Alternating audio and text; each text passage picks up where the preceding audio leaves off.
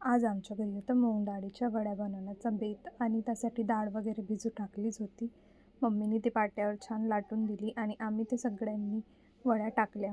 आणि वड्या टाकता वेळेस माझ्या बाबूला पण त्या वड्या टाकायच्या होत्या, पण आम्ही तेव्हा तिला टाकूनही दिल्या. आम्ही या विदर्भ स्पेशल वड्या उन्हाळ्यात करत असतो आणि आम्ही त्या सगळ्या वड्या टाकल्या.